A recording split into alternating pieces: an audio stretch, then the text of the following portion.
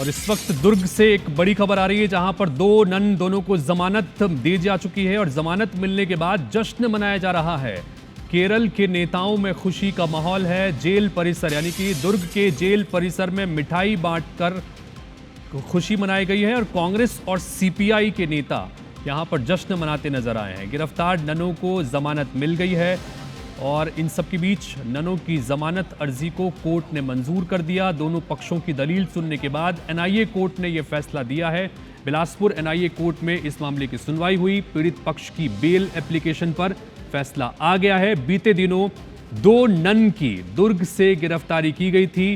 Human trafficking के आरोप लगाए गए थे और नारायणपुर के रहने वाली कुछ महिलाओं को अपने साथ ले जाने के आरोप लगे थे, धर्मांतरण करने के तक के आरोप इनके ऊपर लगे थे और इसी बात को लेकर इनको गिरफ्तार किया गया था।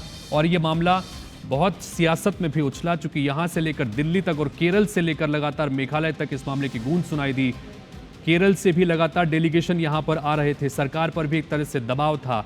इन सब के बीच कल जो एक डेलीगेशन 4 सांसदों का पहुंचा था, उन्होंने ये IBC 24 पर बातचीत के दौरान कहा था कि उन्हें पूरा भरोसा है कि बेल मिल जाएगी, क्योंकि उन्हें ऐसा आश्वासन दिया गया है केंद्रीय गृह मंत्री अमित शाह की तरफ से कि सरकार की तरफ से बेल एप्लीकेशन को लेकर कोई विरोध नहीं जताया जाएगा।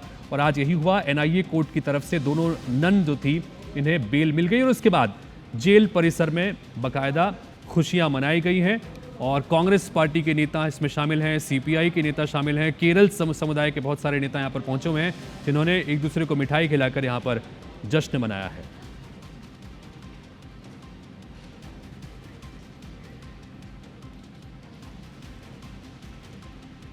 तो बिलासपुर एनआईए कोर्ट की तरफ से ये दोनों नन जो आपको स्क्रीन पर इस वक्त नजर आ रही हैं, इन्हें दरअसल गिरफ्तार किया गया था।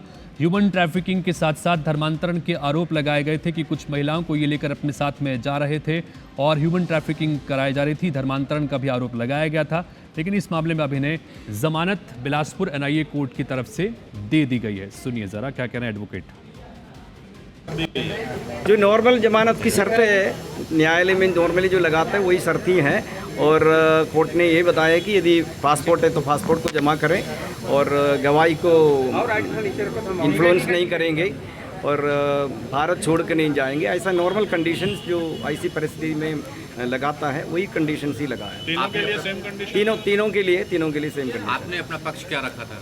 हमने ये बताया था कि जो धारा इनके ऊपर लगा है, स्पेशली जो 7 साल की सज़ा वाला BNS की धारा 143, वो ह्यूमन ट्रैफिक का ये मामला नहीं है। उसका जो इंग्रेडिएंट्स है वो इंग्रेडिएंट्स इनकी डायरी के हिसाब से, कोर्ट की पुलिस की स्टोरी वर्शन के हिसाब से वो नहीं लगता है।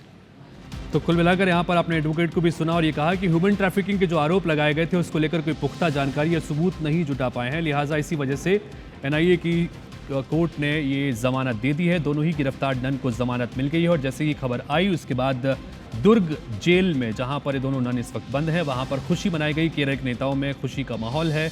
जेल परिसर में मिठाई बांटकर खुशी जताई गई। कांग्रेस और सीपीआई के नेता वहां पर पहुंचे और लोगों को मिठाई खिलाई गई, एक दूसरे को मिठाई खिलाई। गिरफ्तार ननों को जमानत मिल गई है। ननों की जमानत अर्जी को कोर्ट ने मंजूर कर लिया।